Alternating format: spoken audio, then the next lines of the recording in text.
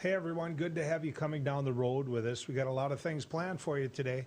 One of the more controversial politicians, certainly in our region, if not the nation, is going to join us today, and that is Governor Tim Walz. I had an opportunity to speak to Governor Walz on my radio show, and I wanted to make sure we would share it here with you. One of the big reasons is because of the question, right? The question that we had to ask him, which is he being too strict when it comes to COVID? Does he realize that there should be a separation between the border cities versus the metro?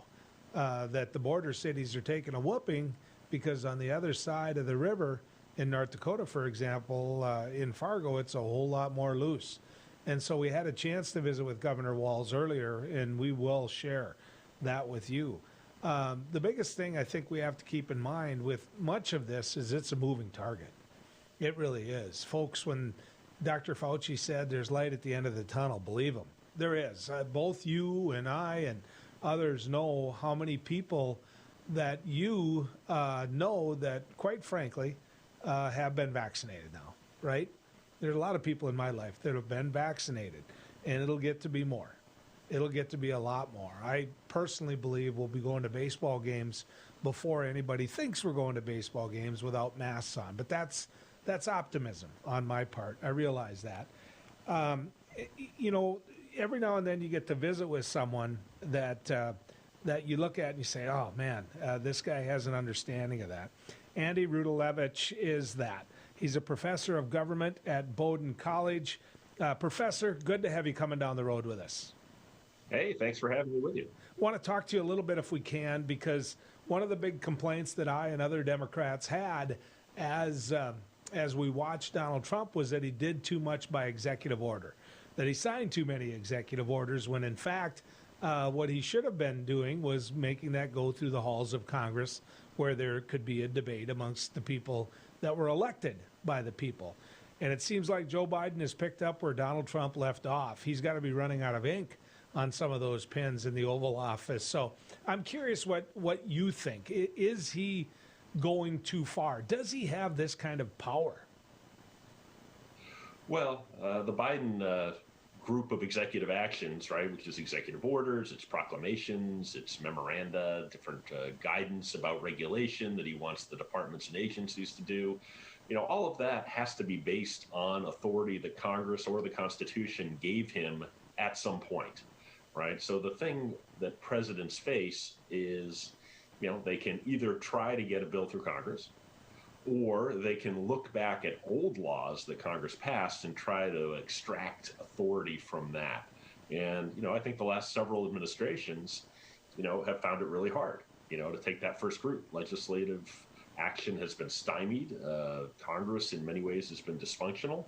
And so presidents have been pretty creative. If they can't pass a new law, then they look for new meaning in an old law.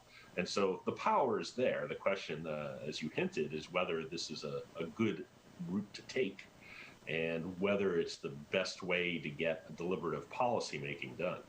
But how quick of a turnaround can you have? Let me give you an example. There's a lot of talk about the minimum wage going up to $15 an hour, right? Well, that's controversial. Some agree that it needs to go up. They don't think it needs to go up to $15. Others think that the whole minimum wage is, well, quite frankly, antiquated, and we don't need it because there's so many jobs out there. If President Biden signed an executive order tomorrow and it said, you know what, the minimum wage is going up to $15, you as someone who studies this and teaches to this, what do you think? Would he have the power to do that? I'd say he would not. What executive orders are orders to people in the executive branch, right? An executive order to you is not valid, right? Unless you happen to be an employee of the executive.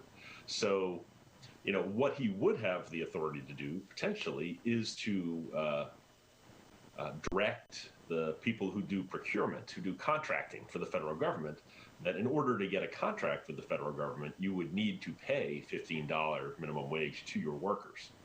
Now, that would have some impact, right? It would have spillover effect because the federal government, even before the pandemic, was buying $500 billion a year worth of stuff from the private sector. So if you want a cut of that, right, conditions can be added. But the president, this president or another, cannot simply decree to private business that they have to start paying $15 to everyone under any context.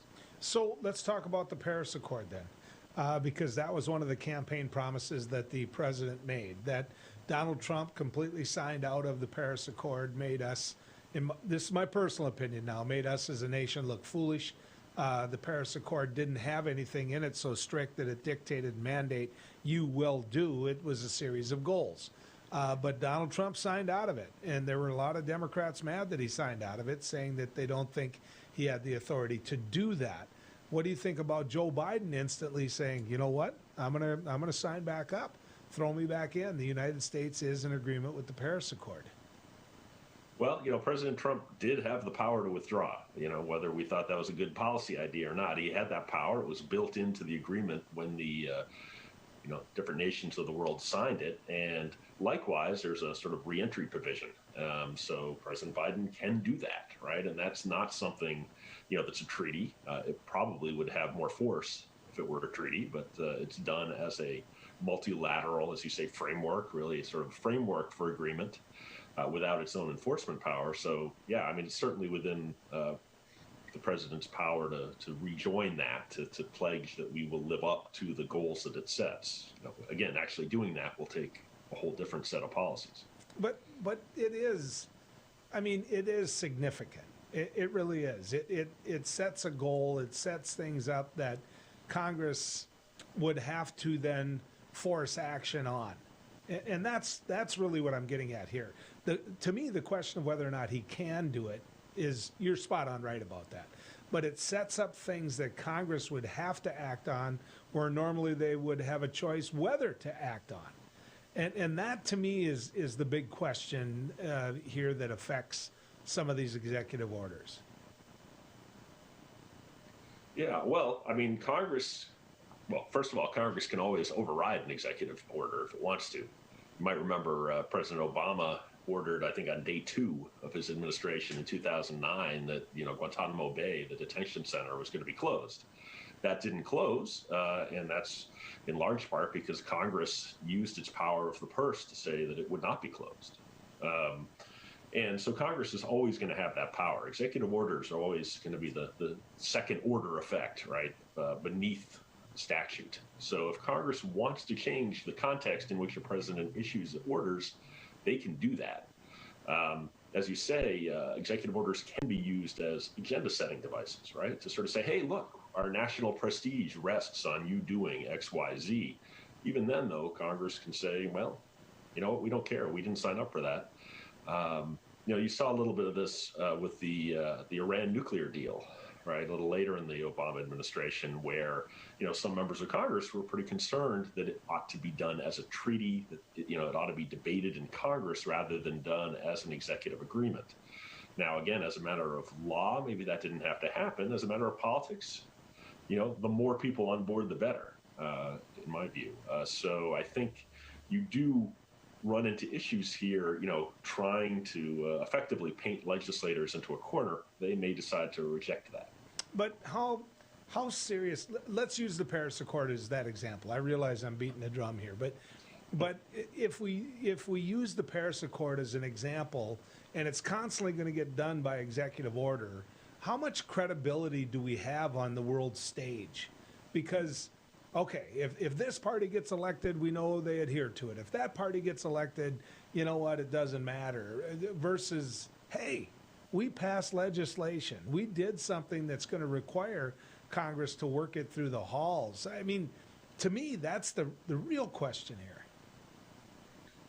Yeah, I think that's a great point, because the fragility of executive action is a real handicap for first of all, sustainably changing policy, but as you say, for others, sort of trying to figure out what the United States is going to do, they want reassurance, right? They want stability. So, when, the president shifts, they don't really want foreign policy to shift, 180 degrees with it.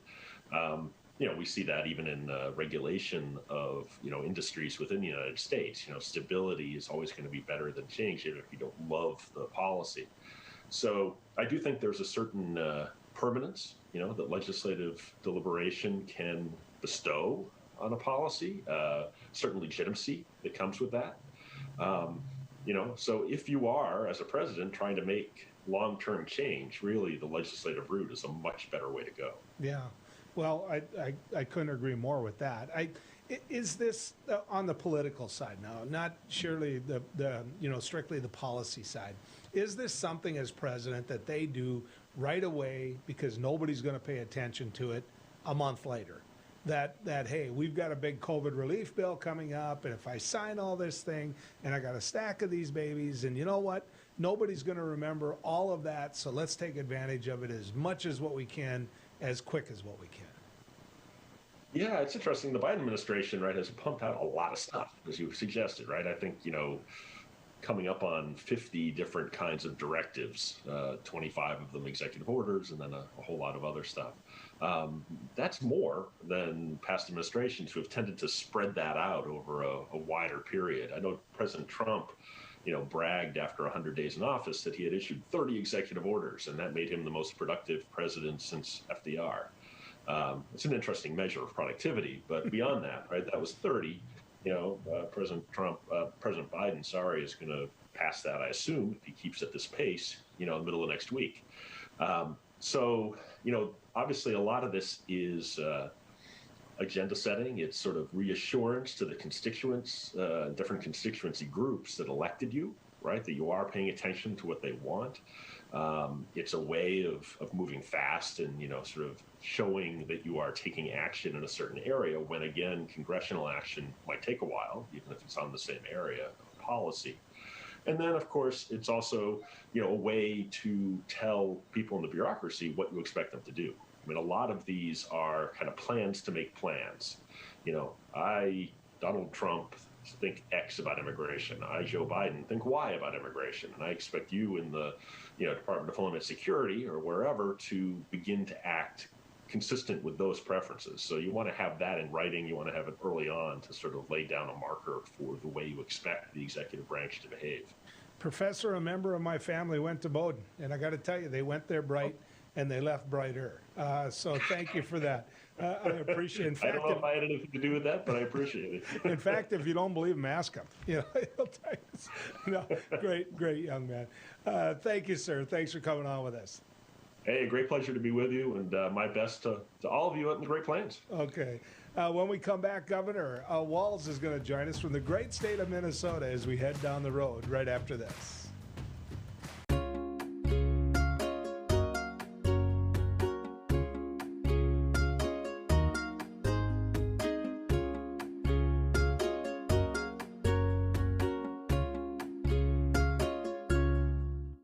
Capital City Restaurant Supply is your one-stop shop for quality restaurant products for the large to small kitchens.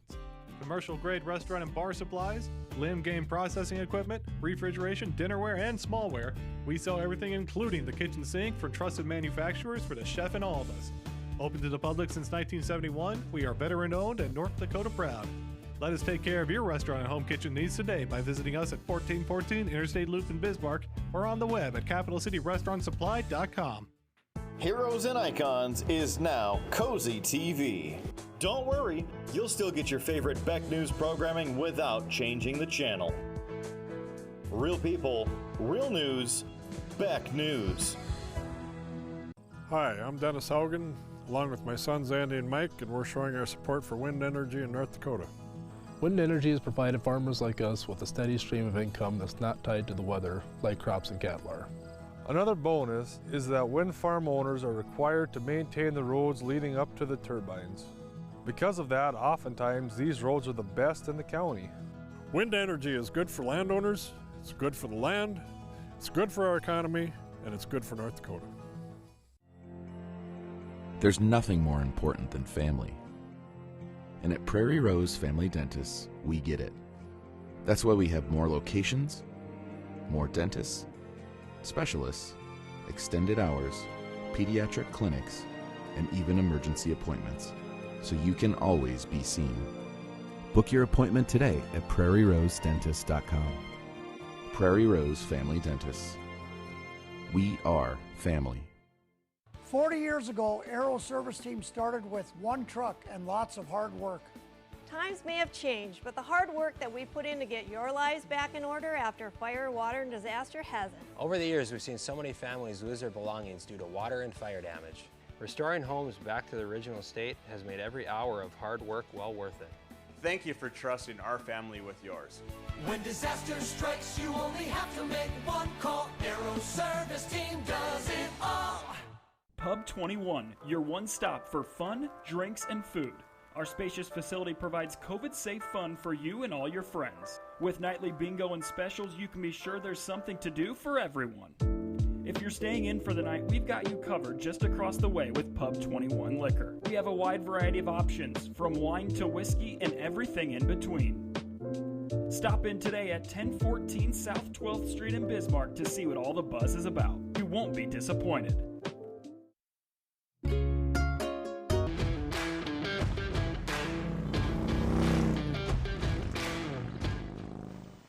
Welcome back to Down the Road. Every now and then there's going to be someone that we're able to access through my radio show.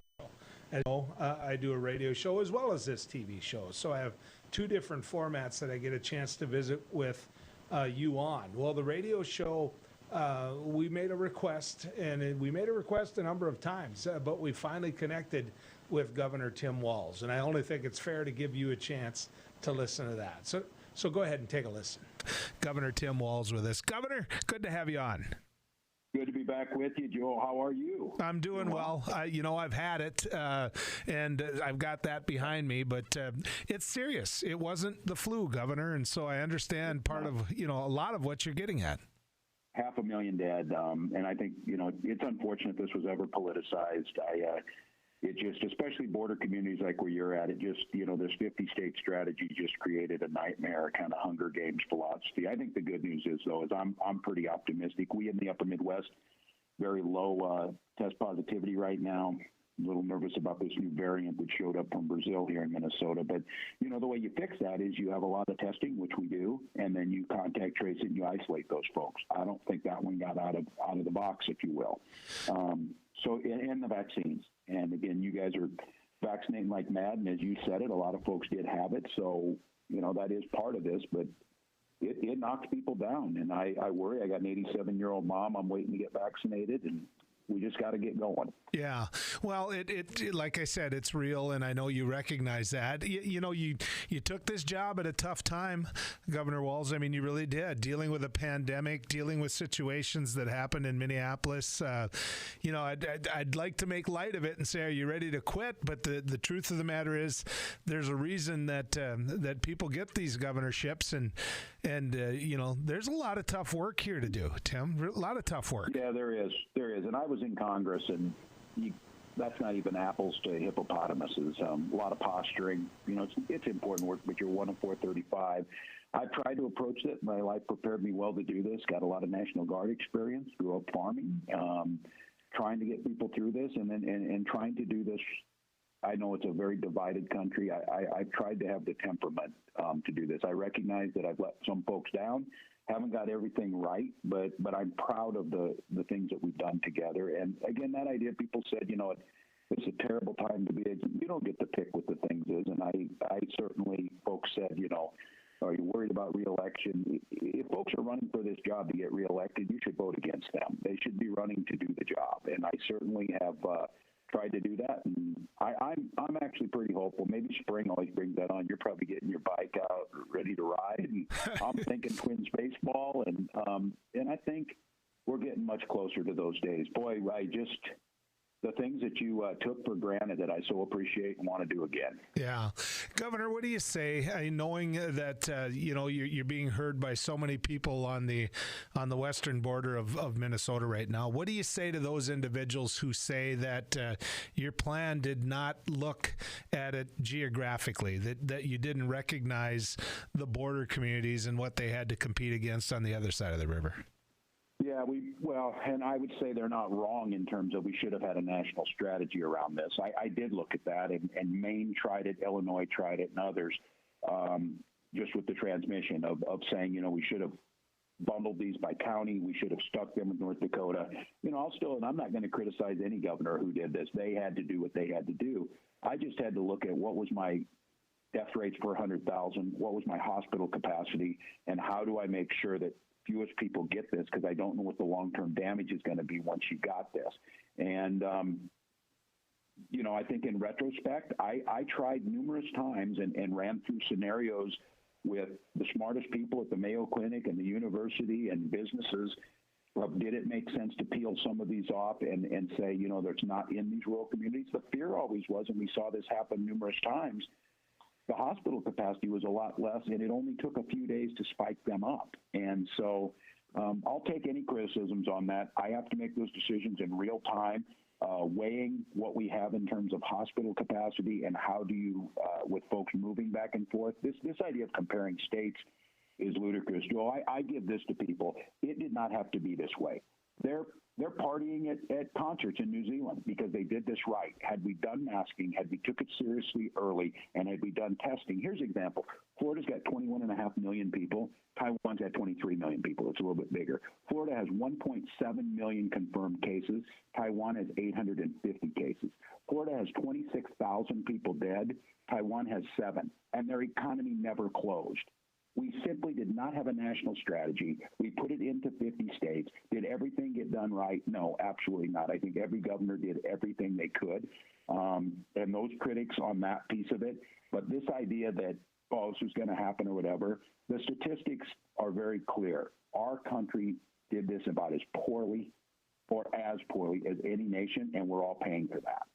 Governor, I don't disagree with you one bit on that, and it might be the Democratic side of me that looks more to the federal government as a unifying force when it comes to all of this. I look at your life, your career. I mean, your service in the military, the fact that you were a congressman, that you know what it's like to be an educator and now governor. And the reason that I bring that up, Governor, is this.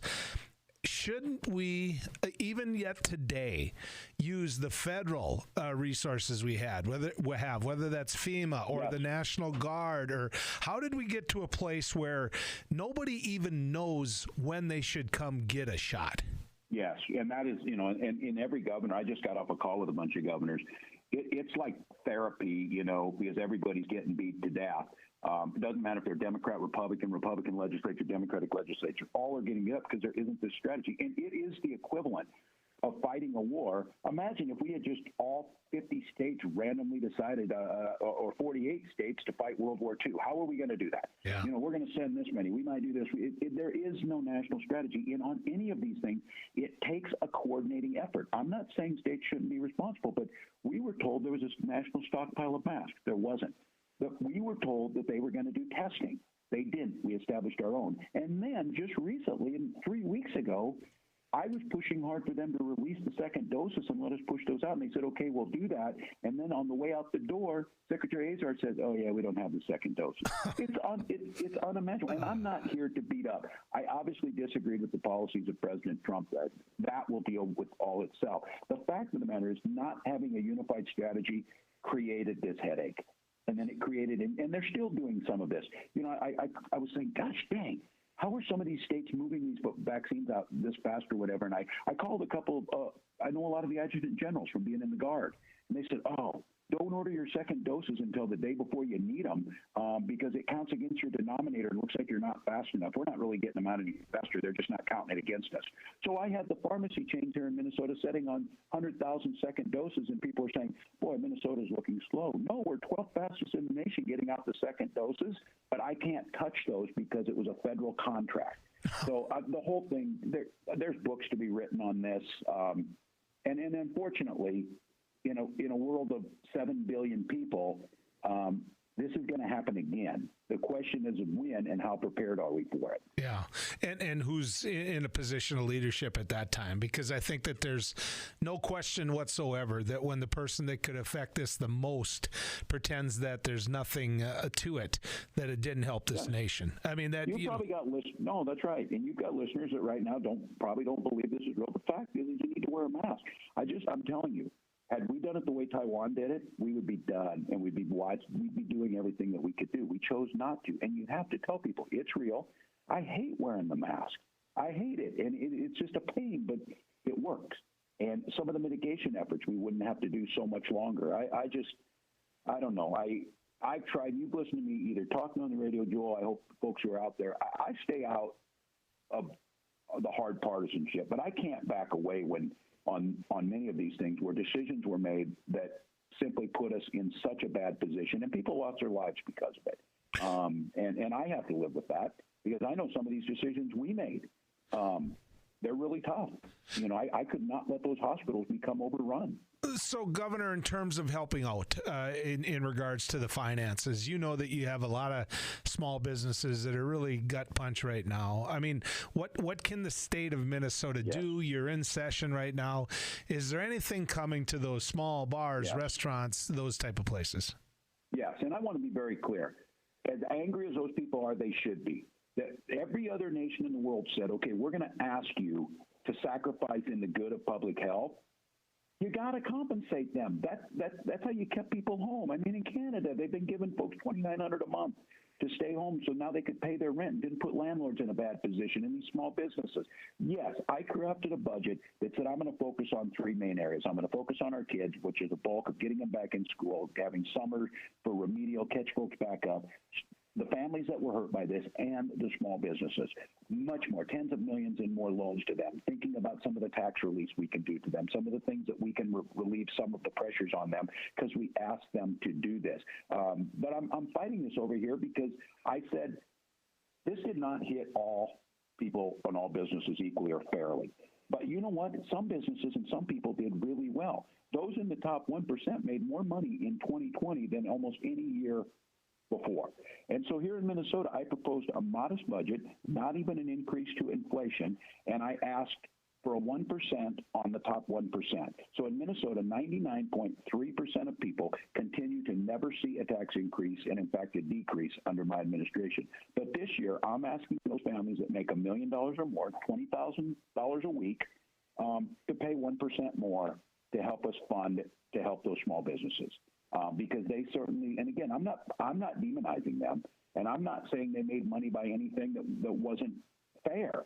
But the fact of the matter is that their very workers, the people who buy their products in these, need some help right now. So I think it's a fair budget. I put it out there. The question will be is that I got to deal with folks who say, no, the only reason those businesses are closed, you closed them. Because you could have had them open. It didn't matter. COVID didn't matter. You should have just ignored it. And that's going to be a tough fight. Governor Tim Walz is right at he's in the eye of the hurricane is what he is. He's one of the more controversial governors when it comes to dealing with COVID. And that's why I enjoyed visiting with him this morning. That's why I thought you would enjoy it today. In fact, when we come back, just a little bit more, and then I'll give you some comments on the interview right after this as we go down the road.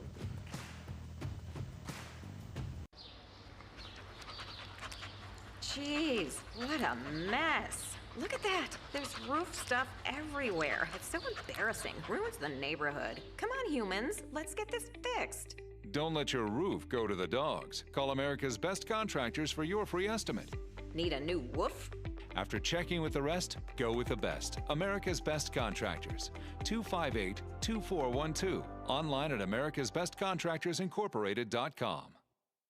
In southwestern and south central North Dakota, on any given day at any given moment, a Dakota Community Bank and Trust customer is logging in or signing on to do their online or mobile banking. We believe that community banking can blend both the past with down-home customer service in-house and the future with modern banking conveniences and technology for our customers anywhere, like here or here, all while honoring our long-standing tradition of community-first oriented banking here at Dakota Community Bank and Trust. Everybody needs an off-season, but our announcers have a tough time slowing down. Hey, do you mind if I practice a little bit? Right, I don't really think that. Johnson holds, shoots, he scores! Incredible! For the second time today, Brent has jammed the printer. Lowry's third caramel roll of the day. That's a bold move. And he drains one. Blind squirrel finds a nut. And back to normal.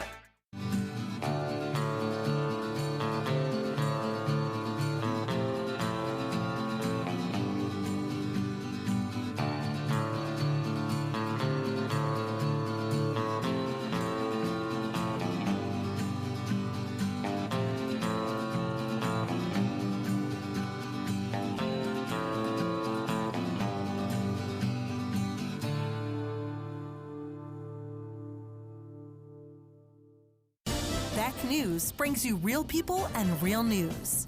Every weekday on KNDB, KNDM, and KRDK. Start your evening with the Dr. Duke Show at 4. Take a fresh look at current events with Ladies of Another View at 4:30. Go down the road with Joel at 5:30. Watch No Apologies with Becker at 9. Cap off your night with No Filter with Debbie at 10. Beck News. Real people, real news. The professionals at Superior Glass provide residential and commercial glass installation and repair services in central and western North Dakota. Superior Glass is your source for stained glass projects, mirrors, windows, touchless and automated entry solutions. Stop by and see us at 3323 East Broadway in Bismarck or call us at 701-258-5600. Superior Glass, where you get superior service for less. Bye for now.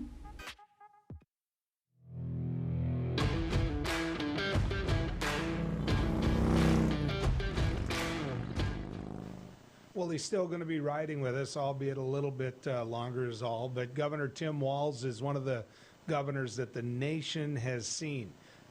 His, well, shall we say, executive orders and other things that he has done with his emergency powers during this COVID crisis. Some think he's gone too far. Some think he hasn't gone far enough. Others say we're looking at the light at the end of the tunnel. And you know what? As long as he's saving lives, we can deal with it. I can tell you this, living near outstate Minnesota, I think he'd have a hard time getting elected if it came to those border counties.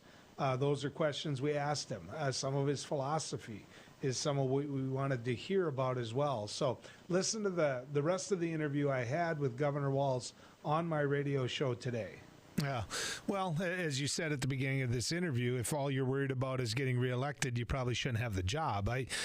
There should probably be more of a consideration of that, or more of an agreement of that. I mean, I look at what's happening in your old chamber, the halls of the United States Congress right now, and I don't think I've ever in my life imagined my country being more divided than what it is now, Governor. Never. And I've served there. And I got to tell you, I tried to find them. You know, I came from a rural district, one of the last, probably, you know, unlike a dinosaur. They'll never believe that there were Democrats in these districts. But it's because I was moderate, and I think I served my people well. I have to tell you, I don't think there was a day that I agreed with Liz Cheney, but I had wonderful conversations and deeply respect her. And now she's the one who's being thrown out. And the person who believes that space lasers started the California wildfires is staying in. I don't say that for like a cheap hit point. I'm trying to make sense of that, because serving in Congress, the one thing I found is it was so enlightening to me, and I spent countless hours setting over with my Republican friends to have them tell me how they see the world that way. And then sometimes I would end up saying, God dang, they're right about this. That's a good point. I don't think that's happening now.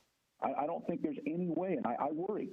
I do worry about that, because I think this whole push, you know, the minute you act like you're reasonable or in any way centrist, your time is done. You know, when you serve in a chamber such as that, when you serve in the United States Congress and all that brings with it, you have it's part of you. I get that. I understand that. We've had that in my family. So I have to ask you this. On January 6th, when you saw the insurrection, when you saw the attempted coup, what was going through your mind? What were you feeling? Well, it was fear. These people are my friends. When I say these people, all members who were there, that moment, there was no way I was thinking Democrat or Republican. And the Capitol Police, we killed Capitol Police. I don't know, Joel, you know this. Several years back, back in the 90s, there were 2 police officers shot. Those were the ones that were killed. They were shot in an attempt, someone came into the Capitol. And we raised money over the years for their families with the congressional football game.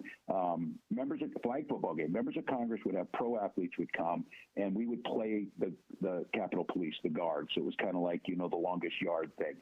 It was a wonderful opportunity. These people became friends. I saw them every day. I talked to them. So I see my place of business. All of your listeners, wherever you work, this is a place of business with friends.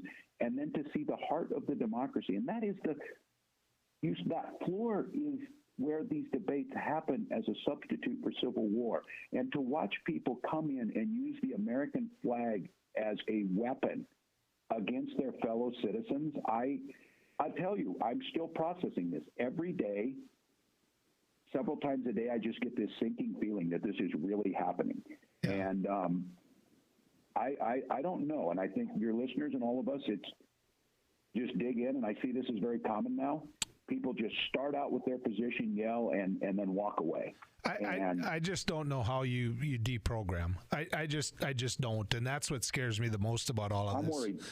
I'm worried. Yeah. When you can believe some of the things that they believe without acknowledging that it's just, like you mentioned, the lasers. I know I only have a little bit of time left. The light at the end of the tunnel when it comes to this COVID battle, Governor, are we there? Can you see it? Because you have access to way more information than I do. What is the summer going to be like in the land of 10,000 lakes? Yeah, I can see it. I have to be careful. My health people are worried. It is going to be a few tough months here. But word about, North Dakota's doing a great job. And as you said, through vaccinations, we're approaching 10%. I think with the Johnson & Johnson coming online, if we keep doing some of the masks on indoor things, I really believe that summer's going to be Twins baseball games and being able to gather with families and just be a little cautious about, close touch with this and continue to keep testing if you think you need to and keep getting the vaccinations till we roll out. But this is the first time I've let myself, and maybe yesterday I went out and visited a vaccination site and saw the tears from the seniors and just a hopefulness and a patience. But, when you hear these people, I mean, it's the things they want to see. They want to see grandkids. A woman said she wants to go to her bridge club. I mean, life is terrible right now when you can't do these things we love. And I think that's on the horizon. I think we'll see some graduation ceremonies done the right way. I hope we see some proms, some weddings the way they're supposed to be. We're going to get this. And then I think where you're going, Joel, is we need to decide what kind of country that are our neighbors our enemies. And are they not only wrong, are they evil and bent on destruction? Is that where we're going to go? Because that's a dead end. That's January 6th.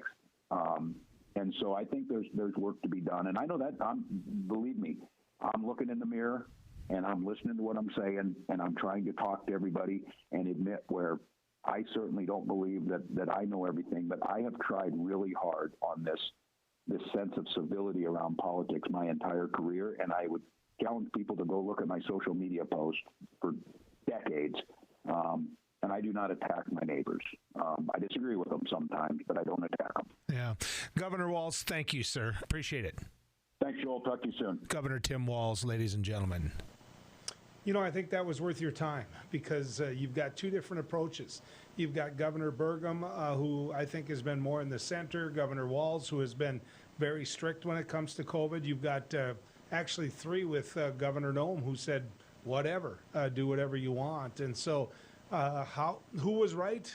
I guess time's going to tell when we look at how many people died as per the percentage of people that were in those states. When we come back, Newsmaker. Let's go over some of the news of the day right here as we head down the road. Howdy folks, it's a Line Cafe. I reckon it's time you're due for a hearty meal. So saddle up for the day with one of our Hey Bossin' breakfast homemade soups. Fill your grill at a salad bar, sink your teeth into our famous Line burger and barbecue ribs. Top it off with spoon rattling pie with a calm roll that's sure to put a smile on even the toughest outlaws.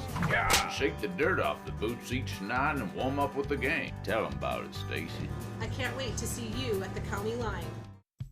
Since opening in Hebron in 1940, Dakota Community Bank and Trust has been your hometown bank. Our mission has been to provide modern banking convenience with old-fashioned hometown service.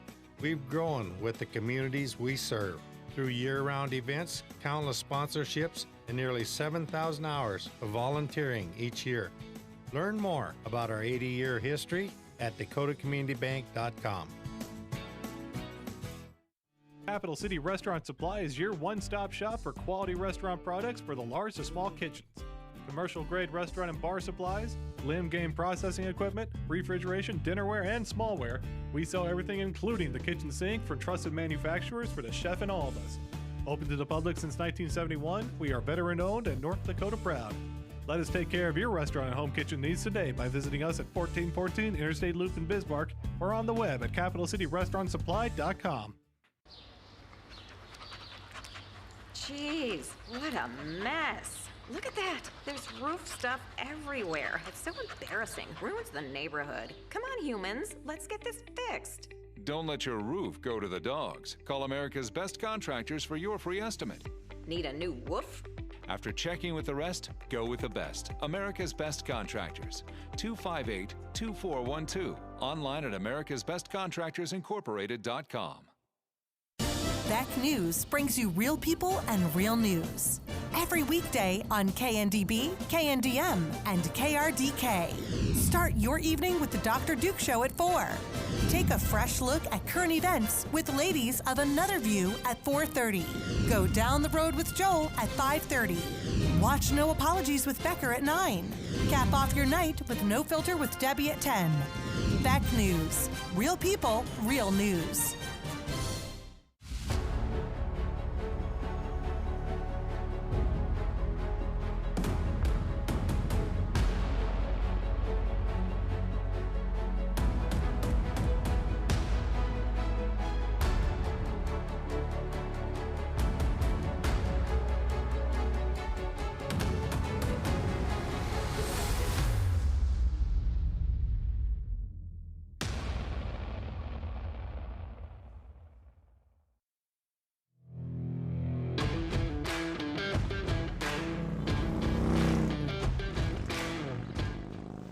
Welcome back to Down the Road. Let's talk about money, can we? Let's talk about something that we all need and some of us love probably too much, but something we have to have. Let's talk about money. We always hear of the deal that got made. We always hear of man, this is a success. Look at the job that economic development did. Look at who they brought here. This is going to create jobs, all of those type of things, right? There's justification in that. There's the justification of, okay, you gave us tax dollars, and in the end, we produced for you. In the end, we never really know, though, what we lost. We don't. We don't know what we lost. We don't know what deal broke away and why it broke away. Let me give you an example of what I'm talking about. Wayne Trottier, he's from Northwood. Now, keep this in mind. I'm sorry, Northwood folks, for me bringing up your town's name, but this is where he's from. That's the legislative district that elected him. Wayne Trottier is a state representative, and he more than once has been seen, and I'll say caught, wearing a Crown Royal bag over his nose. That's him. That's what you're seeing right now. For those of you who don't know what Crown Royal is whiskey. That's what Crown Royal is. It's a good whiskey, and trust me, you're probably going to see that behind my bar at home, but that doesn't make it right. You're not going to see me use one of those bags as a mask on the floor of the Senate back in the 14 years that I served in the North Dakota legislature. That's how ridiculous these guys take it. And now I want to talk to you just a little bit and point out that one of the things that I did when I was in the state Senate, and I realize that they can't do it now. I realize that they can't do it now because of COVID. But one of the most rewarding things that I did as a state legislator was meet kids. Go around to schools and speak and see that school bus from my home district come and take part of the legislative session. And talk to them in a way where hopefully someday they would be a leader, knowing that they were all future leaders, or at least had the opportunity to do so. What example did Representative Trotter give to the kids in his district? If you put that picture that was on the front page of the Bismarck Tribune, you put that picture up in all the local papers in Wayne Trottier's district, if you took it and you put that picture up in the cafe in Northwood, North Dakota, what would they think? What would they think? You know, some might laugh, some might chuckle, some might say that's Wayne. Some might say this whole COVID thing is nothing but a joke, and so good, he's making a point. But I will guarantee you this, there's no school superintendent in the world that wants that put up over their school or around their school or wants it on the bulletin board. They don't want it. They don't want it. And why don't they want it? Because it's a terrible example to show to the kids. He's a state representative. A state representative. And he did this to be seen. That's why he did this. He didn't do this because, oh, you caught me and it was a joke that I played. He wore this on the floor of the North Dakota House. He wore it walking around the state capitol. That's what Wayne Trottier did. That's who he is. And the sad part, ladies and gentlemen, is he's not the only one.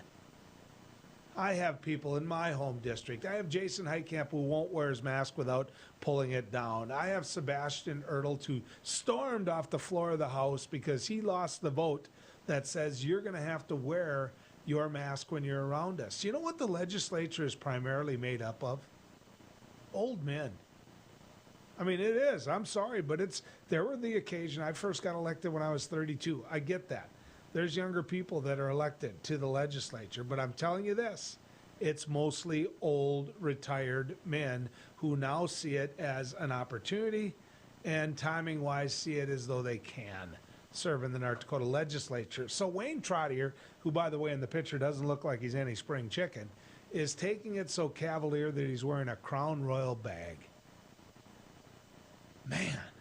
If I were on any of those school boards in his district, I would be calling him. I would be saying, look, what about the kids in my school? What example have you sent? Who are you? Who are you? And here's why I tie it back into money. Because it's the Wayne Trottiers of the world. It's the front page of that newspaper that make you, if you're a company and you're sitting here taking a hard look at North Dakota, and you're saying, well, wait a second. You know, these folks have a good work ethic, and, you know, North Dakota would be a good place to locate and maybe take my business to. And then they open up the paper, and they look at it, and they say, what? Who is this? What? That's the leaders that North Dakota has elected? I don't want any part of that. I don't want to be the one that makes an announcement that my company is moving to that state and somebody from the national media sticks a mic in front of their face and says, hey, is this where you're moving to? Now, here's the other part. You might say, oh, it's just a joke. Nobody knows. It's just the Bismarck Tribune. Number one, the Bismarck Tribune has readers. It does. So keep that in mind. There's a lot of people that were raised in North Dakota that get the Bismarck Tribune who talk to a lot of people that weren't raised in North Dakota. So keep that in mind. The other part you need to keep in mind is it got picked up nationally. It did. It got tweeted out by national anchors. It got picked up by national reporters. It made national news. Thank you, Wayne. Thank you, Wayne. I also want to point out that there's a bill that's going through by Jeff Magrum. Now, Jeff Magrum is a state representative out of Hazelton. Where's that? Well, you don't have to look far to find out where Hazelton is. Close to the river, south of Bismarck, on the east side of the river. That's where Hazelton is. Now, Jeff Magrum decided that, you know, we don't have to wear seatbelts if we're 18 years or older. How many of you don't even think twice about putting on your seatbelt? I don't.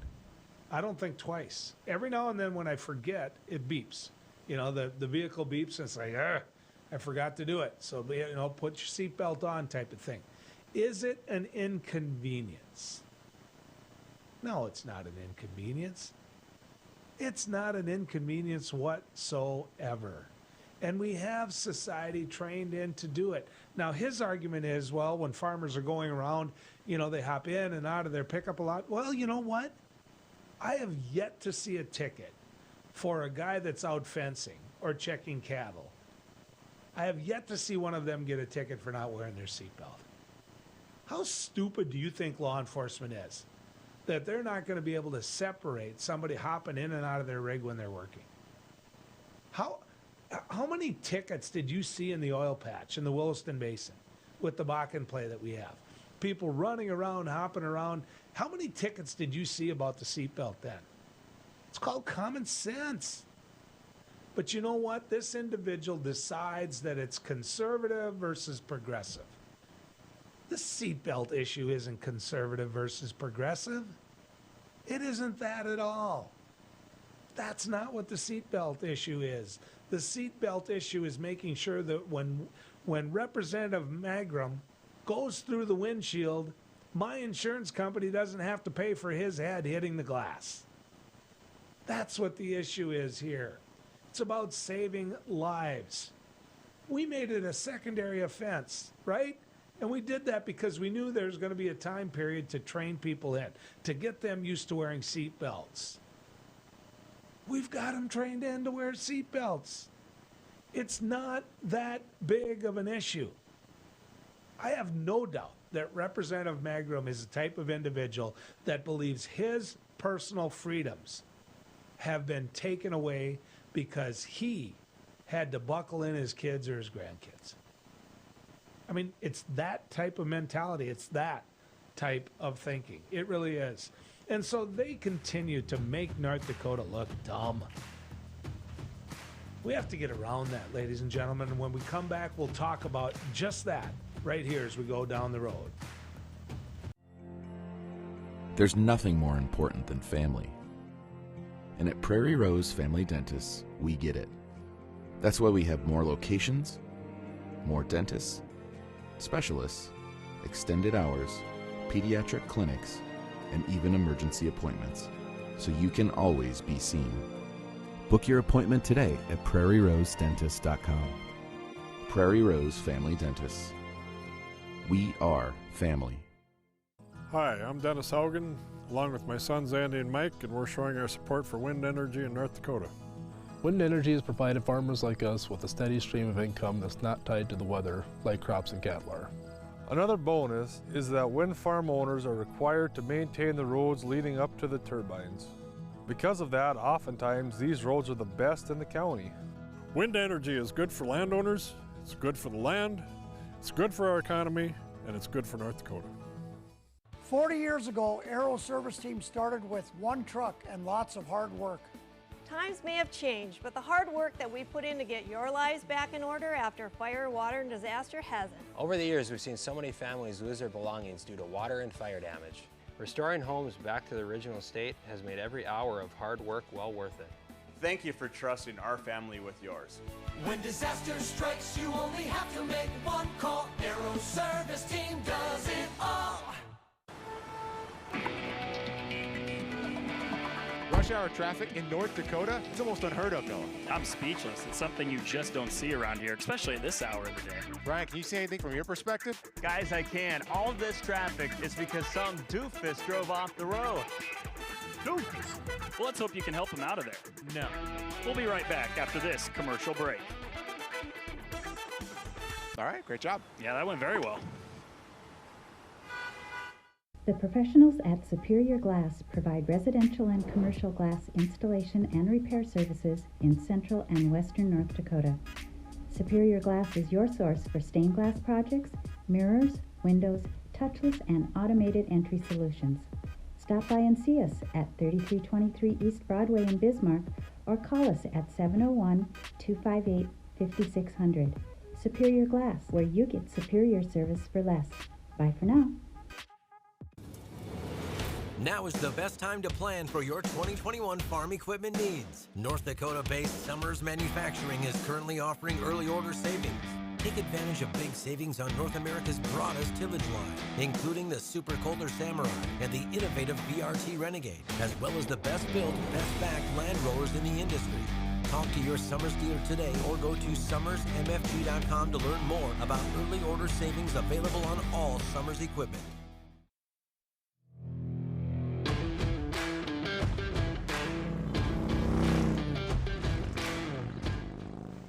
Thanks for coming down the road with us. We were talking before the break about, examples of individuals that make North Dakota look foolish, that just make us look like we're some backwoods, we don't get it, we're not part of society, and how that can cost us jobs. I want to give you another example.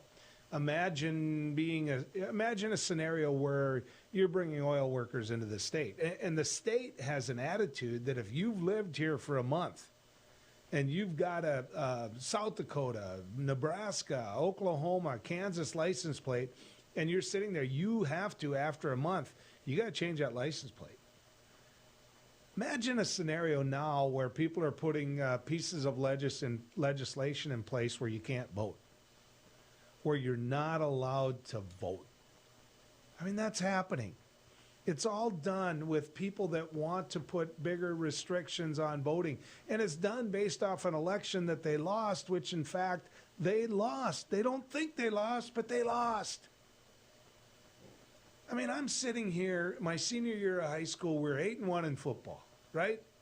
I'm sitting there with a busted ankle. I could hardly play in the Castleton game, but they won. In the end, we shook hands and they won. But I don't think we really lost. I don't think we lost. In fact, I think we should get to play it again. I think we should have got to play it again the next day. Nope, we lost. That's all part of it, ladies and gentlemen. It really is.